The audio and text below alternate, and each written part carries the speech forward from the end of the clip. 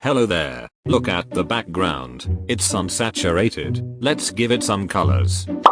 There we go. Now colors. Colors are sensational properties that are emitted by light and are taken by objects to reflect our eyes. To put it simply, what color is this banana? You'd say it's yellow and it is. Now what color is this light bulb? Yes, it's white. But it's not, because white light has every color including aureolin and vermilion. When light strikes an object, the object chooses what color it wants to absorb or not be seen and reflect to be seen by our eyes.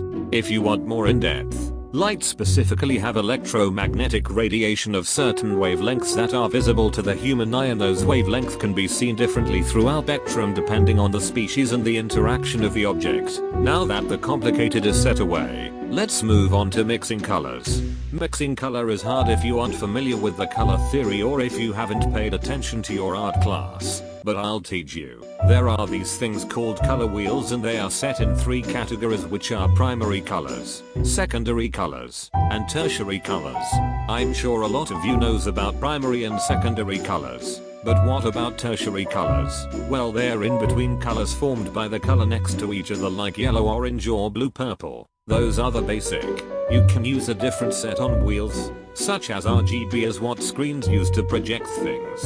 But how do you exactly mix colors? Well, colors are basically hues, and there's roughly 16,581,375 colors, so it's a basic trial and error and you'd have to guess what colors goes to what. But if you're looking to shade, use the primary colors to be mixed with the main color of the subject. I'd suggest using yellow on the bright side and using blue on the darker area. You could also use warm colors like red, orange, and yellow, and cool colors like blue or violet as highlights for softer contrast and shade. How about gradient?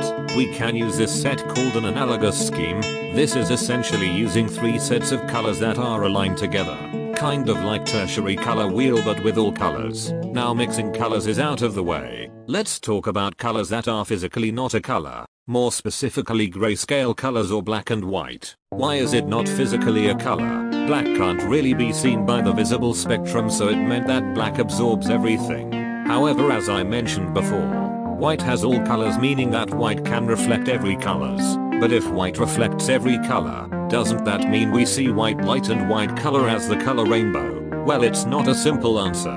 But any surfaces with a white color are composed with molecules that don't absorb visible colors, and if we mix most of every colors together, the center will guarantee become white. Also, I don't think rainbow is a color because it's just a combination of colors in a gradient. Anyway, back to the main point. You can also use black and white as shades. It's called tint, tone, and shade. Yes, black is the original shading color, but honestly black shading doesn't look too well. White shading or tint, on the other hand, is pretty angelic if it's the right choice of words. Also, did you know that colors can portray moods and emotions? It's pretty common amongst artists.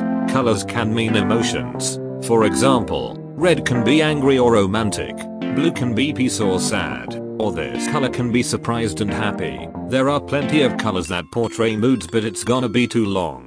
That's all I have for colors. I hope I was able to help you learn 2 or 3 new things about colors. Thanks for watching, and please desaturate that subscribe button.